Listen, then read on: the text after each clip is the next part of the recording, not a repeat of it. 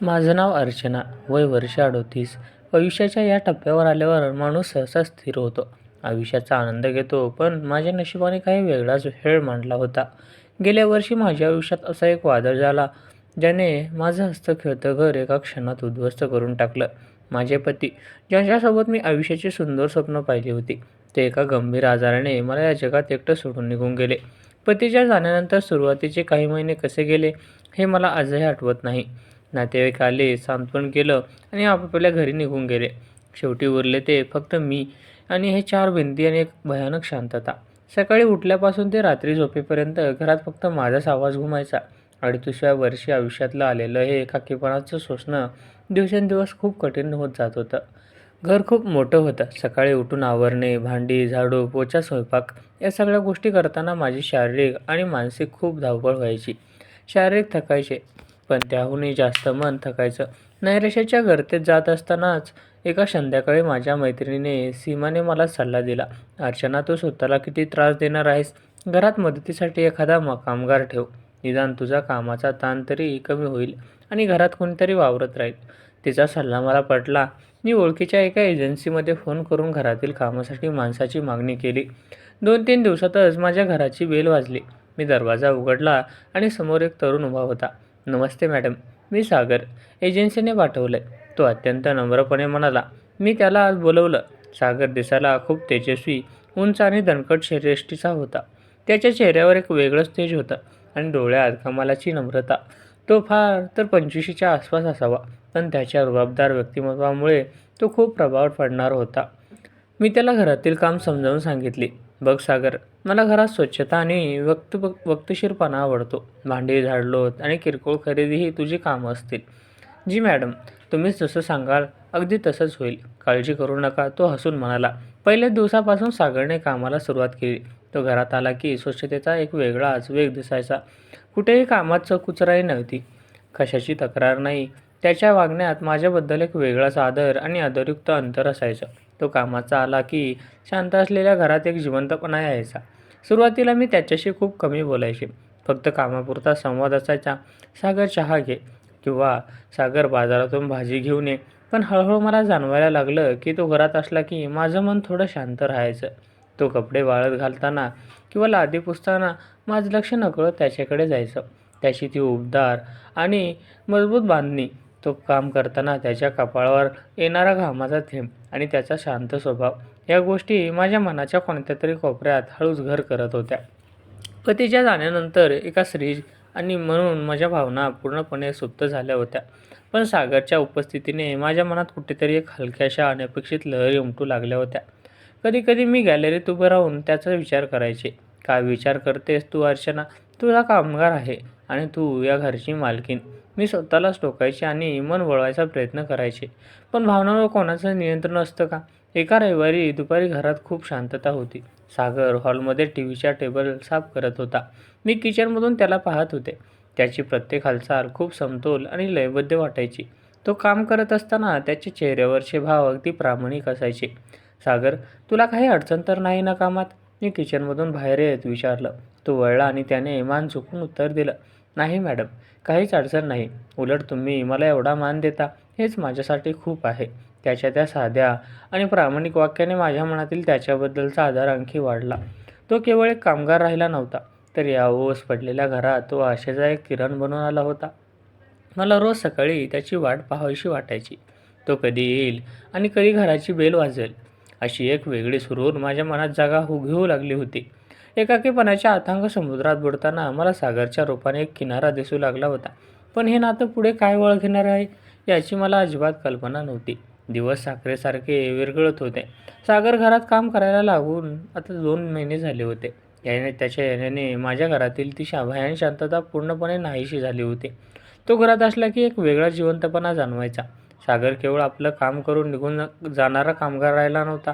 तो नकळत माझी काळजी घेणारा एक आधार बनत चालला होता. मी वेळेवर जेवले आहे की नाही, माझा मूड कसा आहे, या सगळ्या गोष्टींकडे त्याचं बारीक लक्ष असायचं. "मॅडम, तुम्ही आज खूप विचार करताय असं दिसतंय. चहा करू का तुमच्यासाठी? ते थोडं प्रसन्न वाटेल." कधी-कधी मी विचारात गढून गेलेली असताना तो अगदी आदरपूर्वक जवळ येऊन विचारायचा, त्याच्या या साध्या आणि आपुलकीच्या शब्दांनी माझ्या मनावर साचलेली धूळ हळूहळू उडून जात होती. पतीच्या जाण्यानंतर तो जिव्हाळा, तो आपुलकीचा शब्द मला हवा होता. तो नकळत मला सागरकडून मिळत होता.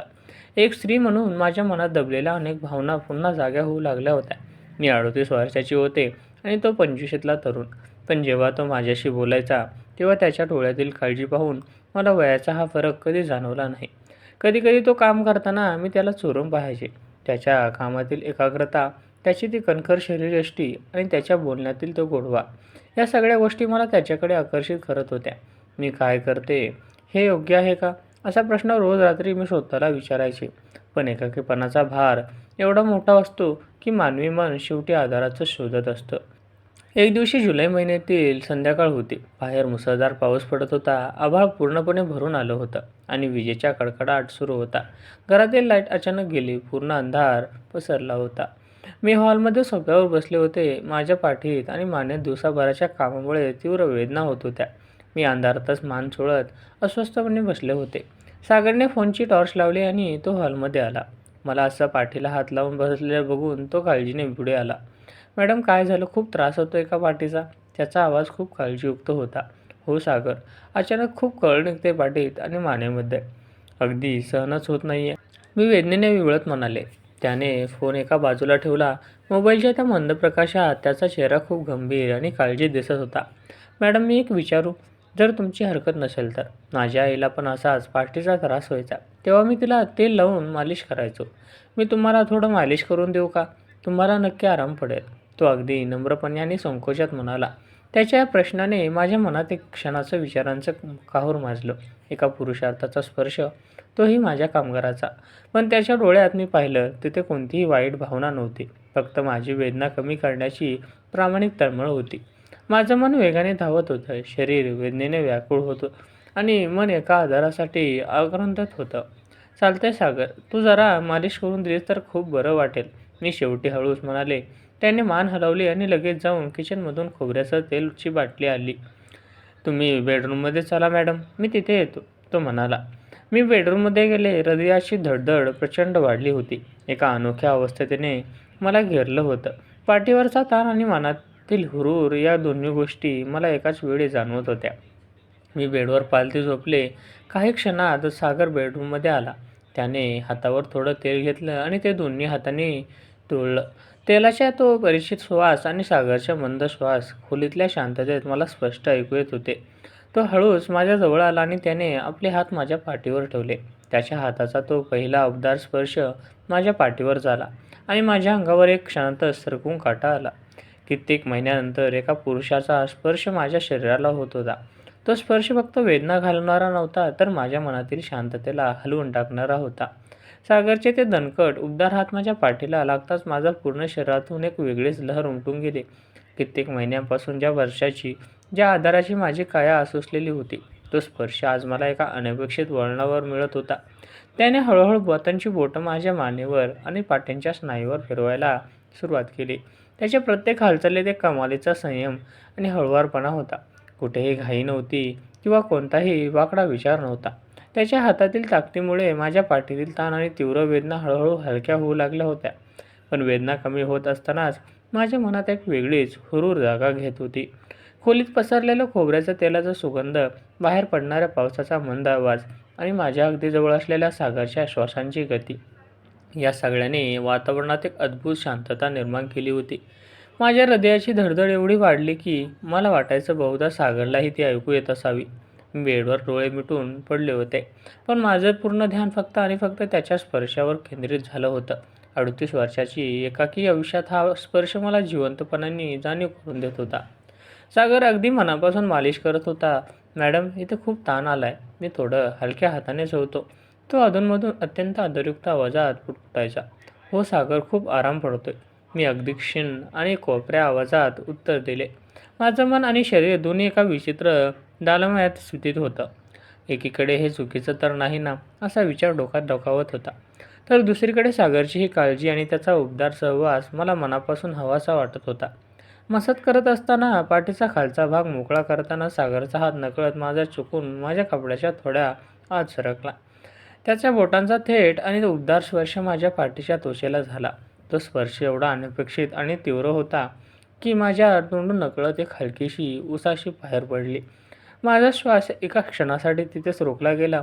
त्या एका क्षणात खोलीतील वेळ जणू पूर्णपणे थांबली. सागरलाही लगेच त्याच्या हातातून झालेल्या त्या अनपेक्षित चुकीची जाणीव झाली. तो दचकला आणि त्याने क्षणाचाही विलंब न लावता आपल्या मागे हात घेतले. त्याचा श्वास वेगाने चालू लागला होता. तो एका क्षणात मागे सरकला आणि बेडजवळ उभा राहिला. खोलीत फक्त आता आम्हा दोघांच्या वेगाने चालणाऱ्या श्वासांचा आवाज येत होता. मॅडम, मला मला माफ करा. माझ्याकडून चुकून खूप मोठी चूक झाली. माझा असा कोणताही वाईट हेतू नव्हता. सागरचा आवाज भीतीने आणि संकोचाने पार कापत होता. तो खाली मान घालून उभा होता. त्याला वाटत होतं की मी आता त्याला ओरडेन किंवा त्याला घरातून काढून टाकेन. त्याच्या या घाबरलेल्या आवाजाने मी हळूच वळून त्याच्याकडे पाहिलं. मोबाईलच्या मंद प्रकाशात सागरचा चेहरा साफ दिसत होता. त्याच्या चेहऱ्यावर भीती, पश्चाताप आणि माझ्याबद्दलचा आदर स्पष्ट दिसत होता. तो खरंच निष्पाप होता. त्याच्या मनात कोणतीही कपट भावना नव्हती, पण माझ्या मनाची अवस्था वेगळीच होती. माझ्या डोळ्यात त्याच्याबद्दल कोणताही राग नव्हता. उलट पतीच्या जाण्यानंतर आज पहिल्यांदाच मला एका स्त्री म्हणून स्वतःची अस्तित्वाची भावनांची जाणीव झाली होती. त्याच्या त्या अनपेक्षित स्पर्शाने माझ्या मनातील एकाकीपणाचा बांध पार फोडून टाकला होता. मी हळूच बेडवरून उठून बसले. माझी साडी सावरली आणि सागरकडे पाहिलं. तो अजूनही भीतीने थरथर मान खाली घालून उभा होता. सागर, मी शांत आणि भाऊक आवाजात त्याला हाक मारली. त्याने घाबरतच मान वर केली आणि माझ्या डोळ्यात पाहिलं. आमच्या दोघांच्या नजरा एकमेकांना भिडल्या. त्या शांततेत शब्दांपेक्षा डोळ्यांची भाषा बरंच काही सांगून जात होती. सागरच्या डोळ्यात भीती स्पष्ट दिसत होती. त्याला वाटत होतं की मी त्याच्यावर आता रागवेन किंवा त्याला क्षणात घरातून बाहेर काढून टाकेल. पण माझ्या मनात रागाचा एक हलका लहानसाही कण नव्हता.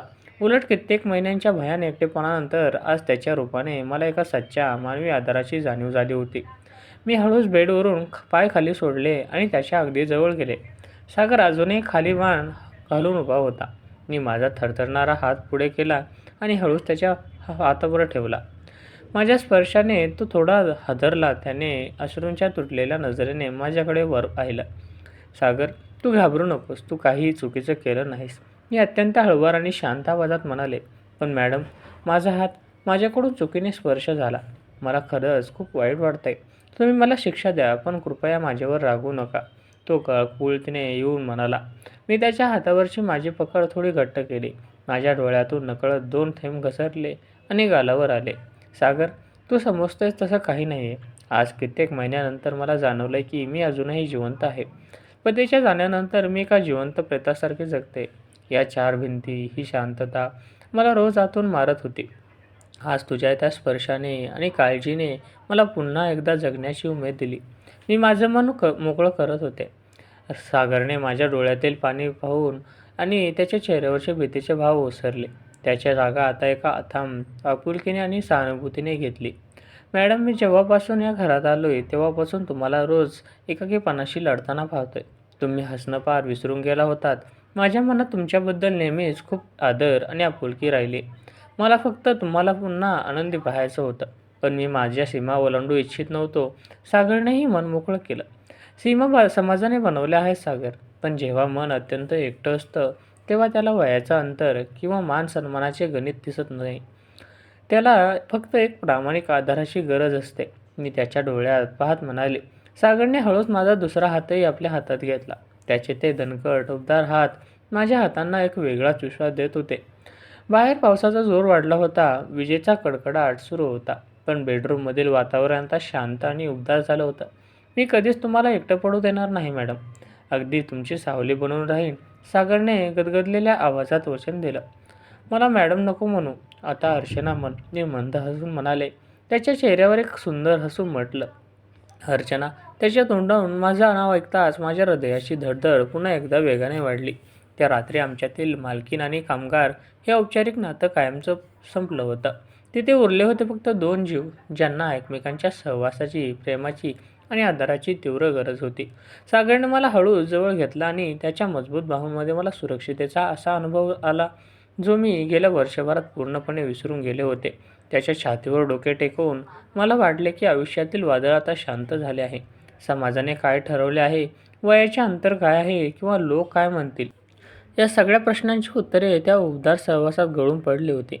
एकाकीपणाच्या अथांग अंधारातून बाहेर काढून सागरने माझ्या 38 वर्षाच्या आयुष्यात पुन्हा एकदा प्रेमाचा, नवीन आशेचा आणि जगण्याचा आनंदाचा नवा प्रकाश आणला होता. आम्ही दोघेही भविष्याकडे एका नव्या विश्वासाने पाहत होतो.